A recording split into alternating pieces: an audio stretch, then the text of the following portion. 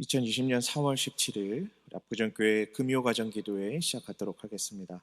함께 기도하겠습니다. 살아계신 하나님 아버지, 은혜를 감사합니다. 하나님께서 오늘도 우리와 함께하여 주셔서 금요가정기도회로 모일 수 있도록 인도하여 주시니 은혜를 감사합니다. 우리와 함께하여 주시고 우리 예배를 기쁘게 받아주시고 속히 이 모든 사태들 해결되어 우리가 함께 모여 하나님을 찬양하며 예배할 수 있도록 하나님께서 은혜 베풀어 주시옵소서. 감사드리며 예수님의 이름으로 기도하옵나이다. 아멘. 찬송가 268장 죄에서 자유를 얻게 함은 함께 찬송하겠습니다.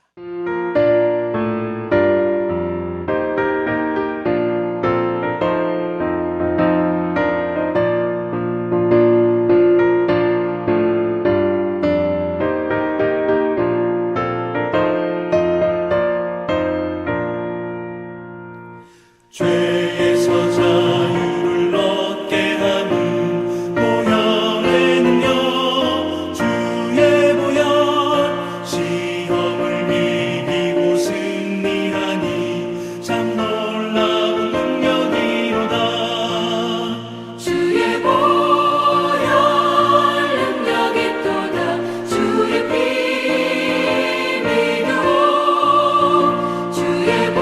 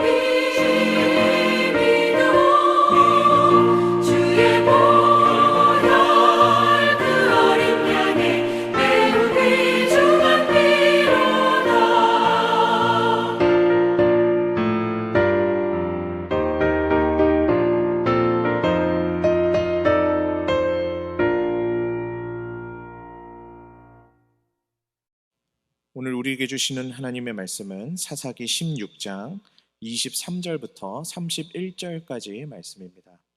구약성경 사사기 16장 23절부터 31절까지 말씀 우리 함께 읽겠습니다. 블레셋 사람의 방백들이 이르되 우리의 신이 우리 원수 삼손을 우리 손에 넘겨주었다 하고 다 모여 그들의 신 다곤에게 큰 제사를 드리고 즐거워하고 백성들도 삼손을 보았으므로 이르되 우리의 땅을 망쳐놓고 우리의 많은 사람을 죽인 원수를 우리의 신이 우리 손에 넘겨주었다 하고 자기들의 신을 찬양하며 그들의 마음이 즐거울 때에 이르되 삼손을 불러다가 우리를 위하여 제주를 부리게 하자 하고 옥에서 삼손을 불러내매 삼손이 그들을 위하여 제주를 부리니라. 그들이 삼손을 두 기둥 사이에 세웠더니 삼손이 자기 손을 붙든 소년에게 이르되 나에게 이 집을 버틴 기둥을 찾아 그것을 의지하게 하라 하니라. 그 집에는 남녀가 가득하니 블레셋 모든 방백들도 거기에 있고 지붕에 있는 남녀도 3,000명 가량이라. 다 삼손이 제주 부리는 것을 보더라. 삼손이 여호와께 부르짖어 이르되 주 여호와여 구하옵나니 나를 생각하옵소서. 하나님이여 구하옵나니 이번만 나를 강하게 하사 나의 두 눈을 뺀 블레셋 사람에게 원수를 단번에 갚게 하옵소서 하고, 삼손이 집을 버틴 두 기둥 가운데 하나는 왼손으로 하나는 오른손으로 껴 의지하고, 삼손이 이르되 블레셋 사람과 함께 죽기를 원하노라 하고 힘을 다하여 몸을 굽히매 그 집이 곧 무너져 그 안에 있는 모든 방백들과 온 백성에게 덮이니 삼손이 죽을 때에 죽인 자가 살았을 때에 죽인 자보다 더욱 많았더라. 그의 형제와 아버지의 온 집이 다 내려가서 그의 시체를 가지고 올라가서 소라와 에스다올 사이 그의 아버지 마노아의 장지에 장사하니라. 삼손이 이스라엘의 사사로 20년 동안 지냈더라. 아멘. 네, 오늘 금요 가정 기도회에서는 지난주에 이어서 삼손의 이야기를 살펴보려고 합니다. 지난주에 우리는 사사기의 배경에 대해서 그리고 삼손의 출생에 대해서 함께 살펴보았습니다. 그래서 사사란 무엇인지, 나시린이란 무엇인지, 나시린이 지켜야 할 규례는 무엇인지를 살펴보았습니다. 간단하게나마 다시 한번 복습해 볼까요? 사사시대는 범죄, 징계, 회개, 구원의 사이클이 계속해서 반복되는 시대라고 말씀을 드렸습니다. 이스라엘 백성들이 범죄하면 하나님께서는 이방 민족들을 사용하셔서 이스라엘을 징계하시고, 백성들이 다시 하나님을 찾고 하나님의 이름을 부르면 사사를 통하여서 이방 민족들을 물리치시고 이스라엘을 구원하는 그러한 스토리가 계속해서 반복된다라고 말씀을 드렸죠. 이런 배경 속에서 삼손은 이스라엘의 사사로 부름을 받은 자였는데요. 다른 사사들과 차이점이 있다면 사사기의 저자는 지금 삼손의 출생부터 죽음까지 아주 자세하게 기록을 했다는 것입니다. 그 중에서도 우리가 주목할 점은 삼손은 날 때부터 무엇으로 부름을 받았습니까? 나시린으로서 부름을 받았다는 것이죠. 하나님과의 특별한 서약을 통해서 자신을 거룩하게 구별해서 하나님께 바쳐진 사람, 그가 바로 나시린이라고 말씀을 드렸습니다. 다만 독특한 점이 있다면 삼손의 아버지 마노아의 서약을 통해서가 아니라 하나님의 사자가 먼저 마노아의 가정을 찾아와서 삼손이 하나님께 바쳐진 나시린이 되었다는 점, 그리고 이스라엘을 블레셋의 손으로부터 구원할 사사로 세워진 사람이 바로 삼손이다라고 우리가 지난주에 살펴봤습니다. 그래서 삼손이 나시린으로서 지켜야 할 규례를 세 가지로 우리가 정리했었습니다. 첫 번째, 머리에 삭도를 대지 말아라. 둘째, 포도주와 독주를 먹지 말아라. 셋째, 어떤 부정한 것도 먹지 말고 멀리하라. 그래서 우리는 이것을 외적인 규례와 내적인 규례로 나누어 볼 수 있습니다. 머리에 삭도를 대지 말아라. 즉, 머리카락을 자르지 말라는 규례는 외적인 규례일까요? 내적인 규례일까요? 네, 외적인 규례겠죠. 머리카락을 자르면 누구든지 다 알 수가 있으니까. 반면에 포도주와 독주를 먹지 말라는 규례와 어떤 부정한 것도 먹지 말고 멀리하라는 규례는 외적인 규례에 해당할까요? 내적인 규례에 해당할까요? 내적인 규례입니다. 술이나 부정한 것을 먹는 것은 숨기고자 한다면 자신 외에는 아무도 모르게 할 수 있는 그런 일들이잖아요. 그래서 삼손의 인생을 전체적으로 살펴보면 나시린으로서의 정체성, 사사로서의 사명은 모두 잃어버린 채 그저 외적인 규례, 이 머리카락 하나 지키려 했던 인생이라는 것, 그리고 자기 소견에 오른 대로 이방 여인들 뒷공문이나 쫓아다니면서 그렇게 인생을 허비하며 살았다는 것을 우리는 사사기를 통해 알 수가 있습니다. 그래서 오늘 본문은 이러한 인생을 살았던 삼손의 마지막 최후를 보여주고 있습니다. 이스라엘의 사사로서, 나시린으로서 부르심을 받은 삼손은 결국 자기 멋대로 힘을 사용해서 블레셋 족속의 미움을 샀고, 그리고 들릴라에 의해서 자신의 약점을 다 밝혀버렸고 결국 머리카락 다 밀리고 힘 다 잃어버리고 블레셋의 포로로 끌려와서 이제 두 눈 뽑히고 맷돌이나 걸리는 그런 비참한 인생으로 전락해버린 것이죠. 이 얼마나 비참한 인생입니까? 이 얼마나 미련한 인생일까요? 그런데 사사기 저자는 좋은 일도 아니고 이토록 미련하고 비참한 인생을 살았던 삼손의 이야기를 왜 이렇게 많은 분량을 할애해서 삼손의 이 이야기를 기록해 두었느냐 하는 것입니다. 그것은요, 이 삼손을 망신 주기 위해서가 아니고요. 지난주에 말씀드린 대로 이 삼손의 인생사가 사사시대 이스라엘의 영적인 상태를 비춰주는 거울과 같은 역할을 하는 거예요. 쉽게 말해서 사사기의 저자는요, 지금 너희 이스라엘의 꼴이 지금 삼손의 꼴과 똑같다는 것을 말하고 싶은 거예요. 너희가 거룩한 하나님의 백성으로 성별되었음에도 불구하고 하나님을 섬기지도 않고 하나님 말씀에 귀 기울이지도 않고 삼손이 자기 소견에 오른 대로 이방 여인들 뒷공문이 쫓아다녔듯이 너희도 이방신들 뒷공문이 쫓아다니고 있지 않느냐, 그걸 보여주는 말씀이라는 것입니다. 그러한 자들의 최후는 어떻습니까? 그야말로 비참합니다. 어리석고 미련하고 비참한 최후를 맞이하는 삼손의 인생이 이스라엘을 비춰주는 거울과 같은 역할을 하면서 지금 경고의 메시지를 그들에게 전하고 있습니다. 그리고 이러한 메시지는 지금 이 시대를 살아가고 있는 우리에게 동일하게 적용됩니다. 사사시대와 같은 이 시대를 살아가는 우리의 모습이 혹시 지금 그 어리석고 미련하고 비참한 인생을 살았던 삼손과 같은 모습은 아닌지 우리를 비춰볼 수 있어야 한다는 것이죠. 그러면 오늘 본문의 내용을 조금 더 자세하게 살펴보도록 하겠습니다. 삼손은 지금 힘을 다 잃어버리고 블레셋의 포로로 잡혀와서 두 눈을 뽑히고 감옥에서 맷돌 굴리는 신세로 전락하고 말았습니다. 그러자 오늘 본문 23절부터 25절에서는 블레셋 족속들이 자신들이 섬기는 신인 다곤 신을 찬양하는 모습을 보여줍니다. 그리고 자신들을 농락하고 괴롭혔던 삼손에게 이제 제주를 부리게 합니다. 27절을 보니까 이러한 삼손의 모습을 보기 위해 모인 자가 3,000명이다. 3,000명 이상이라고 했습니다. 이곳이 정확하게 어디인지는 본문이 말하고 있지 않지만 압달락에서 지금 다곤신을 찬양하는 모습과 지금 3,000명 이상이 모이는 큰 규모의 건물이라는 것을 생각해 볼 때 다곤신을 섬기는 신전이었을 것 같습니다. 이 자리에 지금 삼손을 조롱하기 위해서 블레셋 사람들 3,000명 이상이 모여 있는 것입니다. 그때 삼손은 앞을 보지 못하는 자신의 손을 잡아서 인도하는 소년에게 이 신전을 지탱하는 기둥에 기댈 수 있게 해달라고 부탁을 합니다. 그리고 이제 여호와 하나님께 부르짖습니다. 그 부르짖음의 내용이 무엇인지 우리 28절 말씀을 같이 읽어보겠습니다. 오늘 본문 28절입니다. 시작. 삼손이 여호와께 부르짖어 이르되 주 여호와여 구하옵나니 나를 생각하옵소서. 하나님이여 구하옵나니 이번만 나를 강하게 하사 나의 두 눈을 뺀 블레셋 사람에게 원수를 단번에 갚게 하옵소서 하고, 여기서 삼손이 여호와께 부르짖어 이르되 라고 할 때 히브리어로 카라라고 하는 단어가 사용되었는데요. 이 단어가 25절에서도 똑같이 사용된 것을 볼 수 있습니다.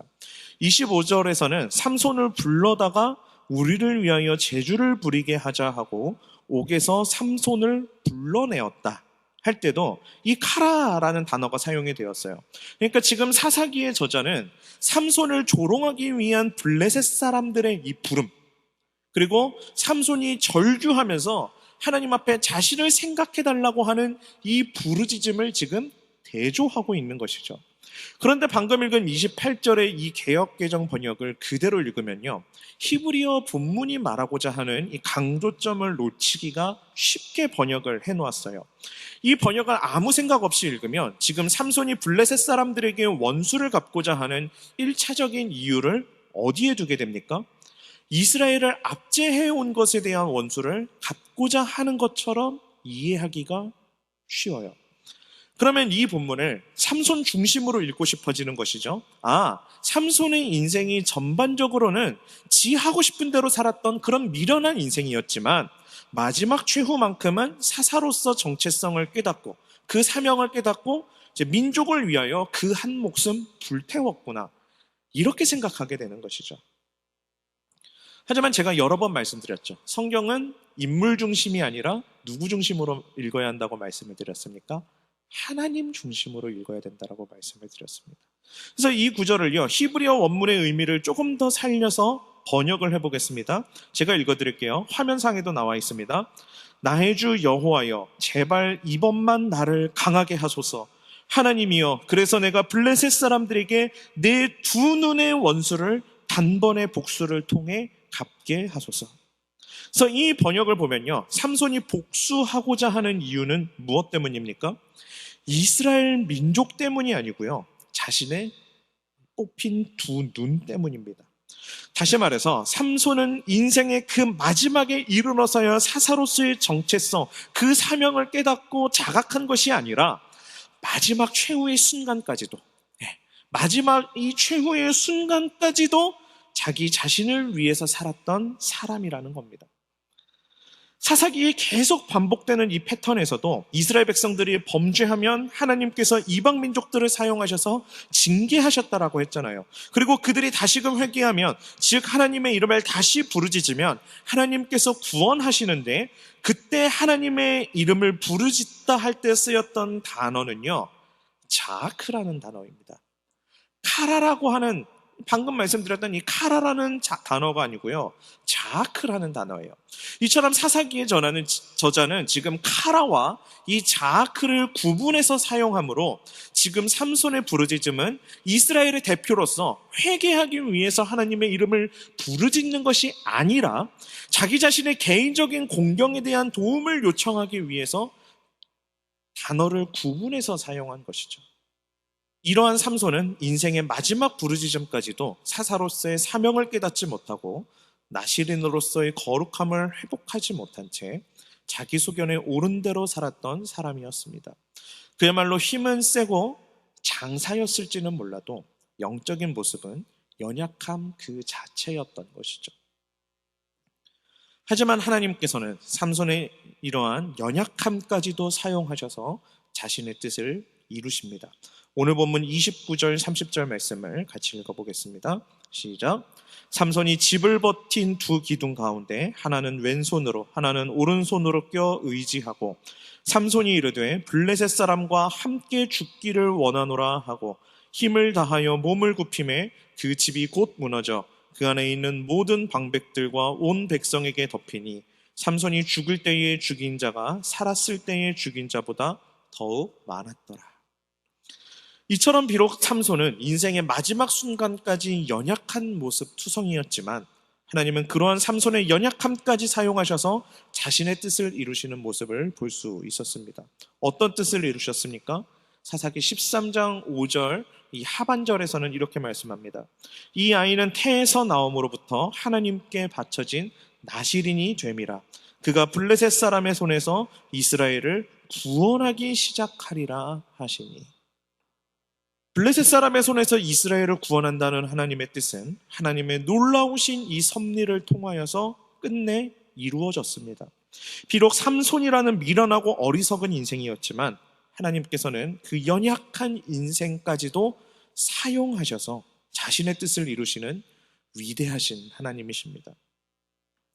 이것은 오늘 이 말씀을 받는 우리에게도 마찬가지입니다. 하나님이 삼손의 연약하고 부족함까지도 사용하셔서 이스라엘을 구원하시고자 하는 뜻을 이루셨던 것처럼 우리의 연약함까지도 사용하셔서 자신의 뜻을 이루시는 분이 바로 우리 하나님이십니다.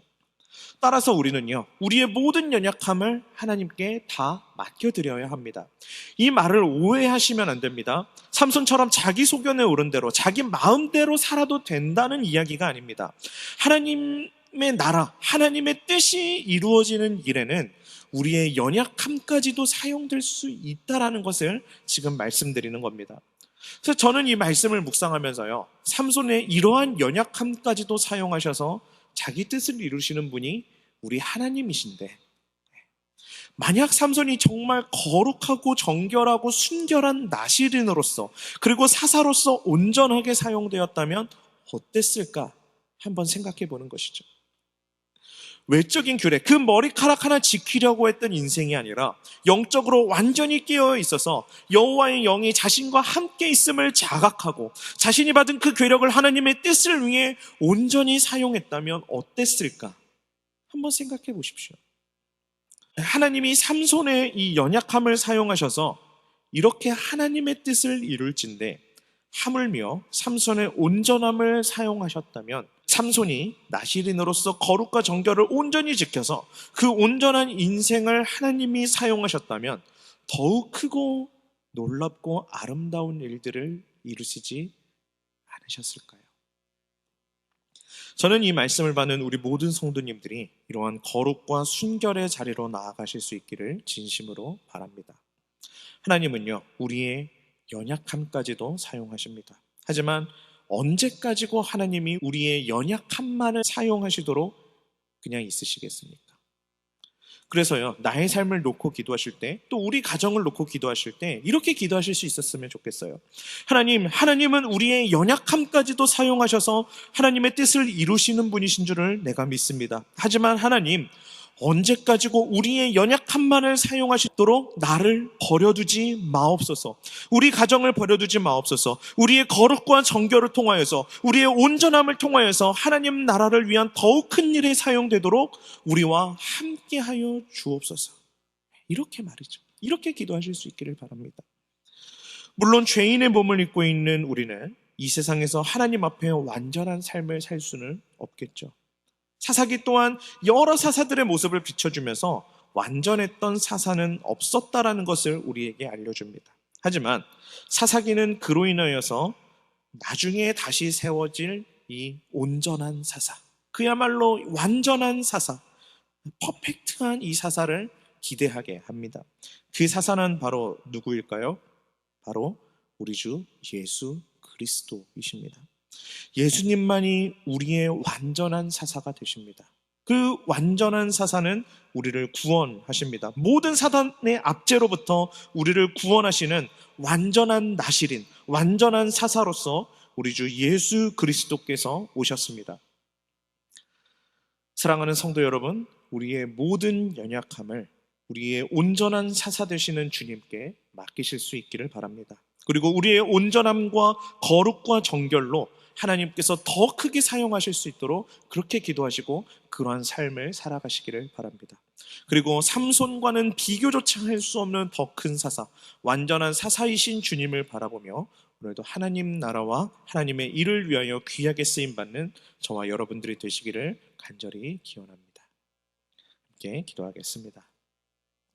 살아계신 하나님 아버지 은혜를 감사합니다. 하나님께서 오늘도 우리에게 귀한 말씀을 주시니 은혜를 감사합니다. 하나님께서 우리 인생의 모든 연약함과 모든 부족함까지도 사용하여 주셔서 하나님 나라의 일들을 이루시는 하나님이심을 우리가 오늘 깨달았습니다.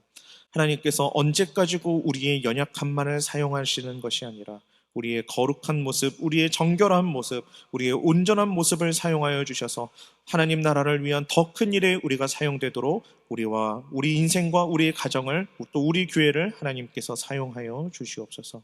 날마다 거룩과 정결한 삶으로 하나님 앞에 영광 올려드리며 또한 그러한 삶을 살 수 있도록 하나님 앞에 기도하며 간구하는 우리 모두가 될 수 있도록 하나님께서 함께하여 주시옵소서. 감사드리며 예수님의 이름으로 기도하옵나이다. 아멘. 가정에서 나누시는 기도 제목들과 또 화면에서 보여지는 여러 가지 기도 제목들로 함께 기도하시고 우리 오늘 금요 가정 기도회 마치도록 하겠습니다. 함께 기도하겠습니다.